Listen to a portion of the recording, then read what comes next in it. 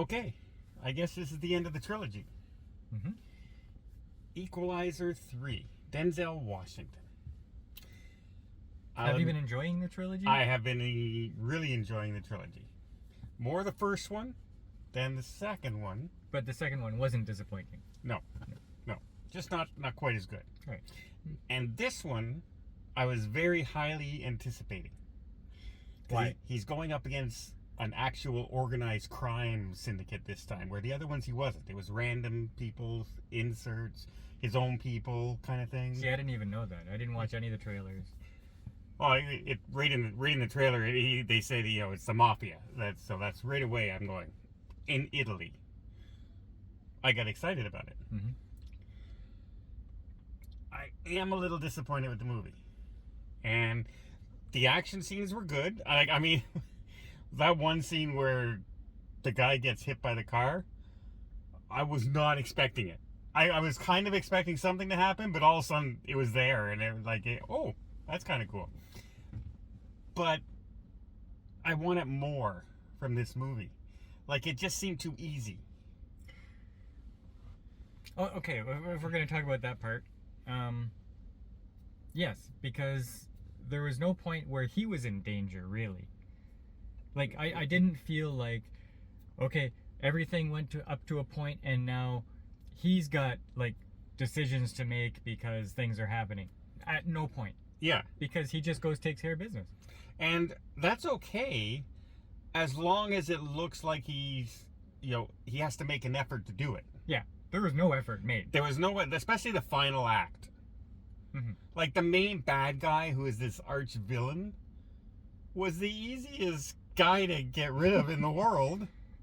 Yeah, I could have got rid of him. Yeah, it was still cool. Like, the things that he does is still all right. It's fun to watch and tense and stuff like that. But he just walked through it. Yeah. See, the beginning, when he's being in the chair, and it's from the trailer, so it's not a real spoiler, but he's in the chair and he gives them, you got 9 seconds, and he got 2 guys, and he actually says, well, this guy's got a gun on me, but he's about a foot too close, which means the guy beside you to the right, he's dead. He doesn't even know it. I feel sorry for his family. And he's mumbling it to himself almost, right? Wait, okay, he's explaining what he's about to do and how he can do it, and he does it, and they had the drop on him. The rest of the fighting in this movie, nobody has a drop on him. Mm-hmm. Right? At no point is there... Yeah, I kept on expecting cool things to happen, but it was all too easy. But what struck me, at first I'm thinking, wow, they're focusing a lot on just walking around slowly. And, they could have cut this down to 1 second instead of having like a minute and a half. However, a lot of it was them showing that he's building his strength up to be able to do this stuff. Well, there was that. Yeah. But this wasn't so much Equalizer set in Sicily. This was a love letter to Sicily, and they brought Equalizer in there to make a movie.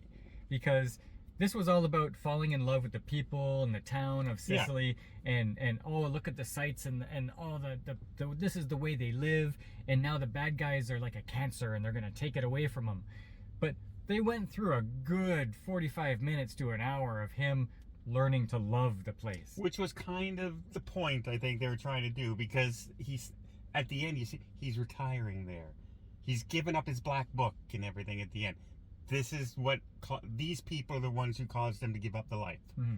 So I can understand what they were trying to do. The poor cop in this movie, like, he's beaten, his family's threatened, he gets his ear shot. This guy was like the guy they went to torture. Mm-hmm. Nobody else. But they did a good job of making me care for the people of the town around him. Yeah. So I wanted him to step in and help them out. Unfortunately, I expected something a little more cooler in the way of having trouble doing it. Yeah.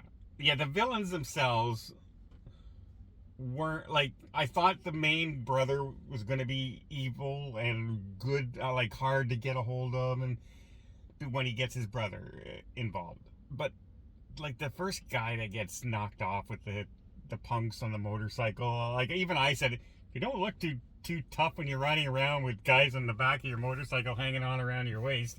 You don't really look like too tough a mafia guys in these little dirt bike kind of things. But yeah, like I could watch Denzel Washington floss his teeth and it would be cool and enjoyable. oh, he's one of my favorite actors. And so that's what saved the movie for me, Yeah. kind of. Well, like when I said when he says to the guy, he says, you know, I would like you to stop what you're doing, please. And then he goes, he has this big smile on his face. I go, that's the most ominous smile. You should take that smile seriously. But yeah, I don't. So it was good to watch. Like if it came on Netflix, I would watch it again probably at some point.